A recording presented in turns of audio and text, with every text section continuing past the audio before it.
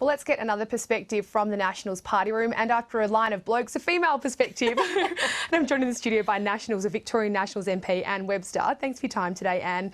You heard your colleague Matt Canavan there claiming that the party room is being gaslit. Do you think the party room is being gaslit on this path to net zero? Look, I appreciate and respect Matt's opinion.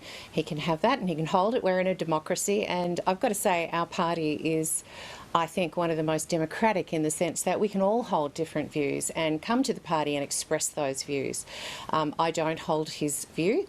I would align myself more where Darren Chester is at, and I think that there are positive pathways forward. What we need to do is to ensure that regional communities prosper in whatever goals and targets are set, that regional communities don't suffer. And I have farmers in my electorate who are still feeling the bite of Kyoto 1 and 2. Everybody, I think, there is a general consensus that the climate changing and action towards mitigating the risks that we face with climate change is an important issue. 70 to 80% of people in Australia, apparently. When you prioritise that, give a list of priorities such as jobs, such as the economy, such as healthcare, it goes down the list a little, and only 20% consider that climate action is the most important thing. So, you know, we're here to represent our electorates. That's what I'm here for. And I'm fortunate that my electorate has loads of renewable, lots of investment, and I'm absolutely supportive of that. So how big an issue is this to constituents in your electorate, the quest to net zero? I think that it is probably the same balance. You know, obviously all of us get lots of emails, lots of people phoning in saying we must sign up, and the next email will be, you sign up, I'm never voting for you again, as the reality that we live in. And I think, therefore, our responsibility is to look at what the outcomes will be of the target, whatever target that we set. And Australia has an incredible track record. This government has an incredible track record at meeting and beating our targets. And I'm confident that pragmatically, whatever target we set, we must be able to produce. So it's not going to just be an aspirational goal. It needs to have meat on the bones. And I think, you know, we're in a technological age. There's been a lot of change, rapid change, and I have a full confidence that Australians can continue to develop the technologies that we need in order to reach the targets that we set. When you say that Australia and your government has a good track record in terms of meeting and beating targets, it's similar to what David Littleproud has said. He says that we've got to get over this self-loathing in terms of Australia's climate action. Do you reckon the politicians have kind of added to that self-loathing, because the history of climate policies in Australia have seen, you know, prime ministers deposed, have seen party leaders change? Is it not that the climate wars have kind of made people a bit, well, question the credibility of the government when it comes to climate change? Oh, I think, look, the issue of trust is obviously, I wouldn't say at an all-time low, but I think there is, sadly, a great lack of trust in politicians. And, you know, I mean, one of the reasons that I wanted to step up and represent my community is because I absolutely value integrity. So to be accused of lying about things when that's the last thing on my mind. I might inadvertently say the wrong number somewhere, but it's not to deliberately deceive. And I think that, you know, the government has to, I think, message.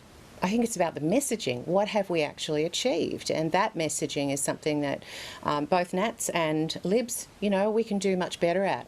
Okay, well, let's talk about the Nats. How close do you think the party room is to a deal on net zero by 2050? You know, it's a little bit like watching the cake cook in the oven, and you want to go, is it going to be great? Is it going to be really good?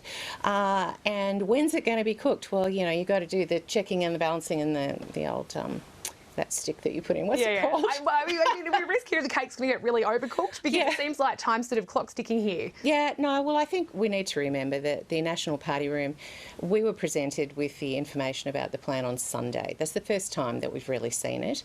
I acknowledge that we've had the technological investment roadmap for a little while, but fundamentally, it was all presented for the first time.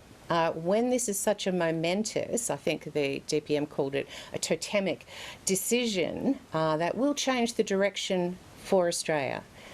we must make sure that our regions and our primary resource industries are not going to be decimated by whatever decisions we make. One of the things that I think that should be considered by the government is a little bit like the Murray-Darling Basin Plan, which is obviously as fraught as this issue, is that we have a socio-economic mechanism.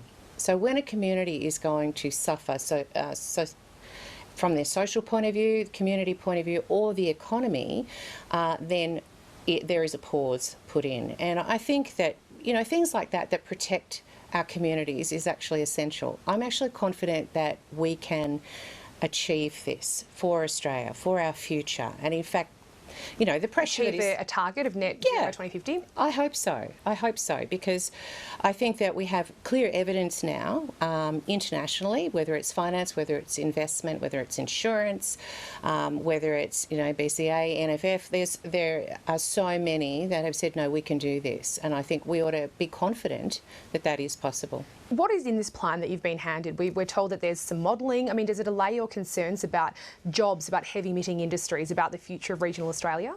Well, it's not for me to actually communicate that. Obviously, we're still in the process of communicating as a party, and that information was presented by Angus Taylor, which has been said already. So it's up for him and the Prime Minister to be communicating about that. But does it allay any of your concerns that you have?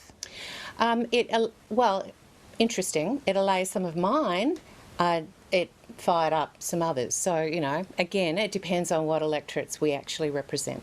And just finally, Anne Webster, before I let you go, how do you explain this very strange process that's being very, publicly playing out right now to voters? The fact that you've got Bridget McKenzie calling this a Liberal plan, the government having to say, no, this is a government plan, and then him sort of saying, I'm going to Glasgow and we need this target. I mean, they say don't look at policy making because it's like making a sausage, but this is very, very much on display. I read that this morning as well. It is very much on display. And look, it's a bit like our democracy. I think that if we have respectful conversations, obviously there are some components that need to remain not available to the public at this moment. But we need to be, it needs to be self-evident to our voters that we have their interests in mind. This is not a play-off for drama. This is because it really matters. Okay, Anne Webster, thanks for your time today. Thank you, Jane. Authorised by Anne Webster, The Nationals, Mildura.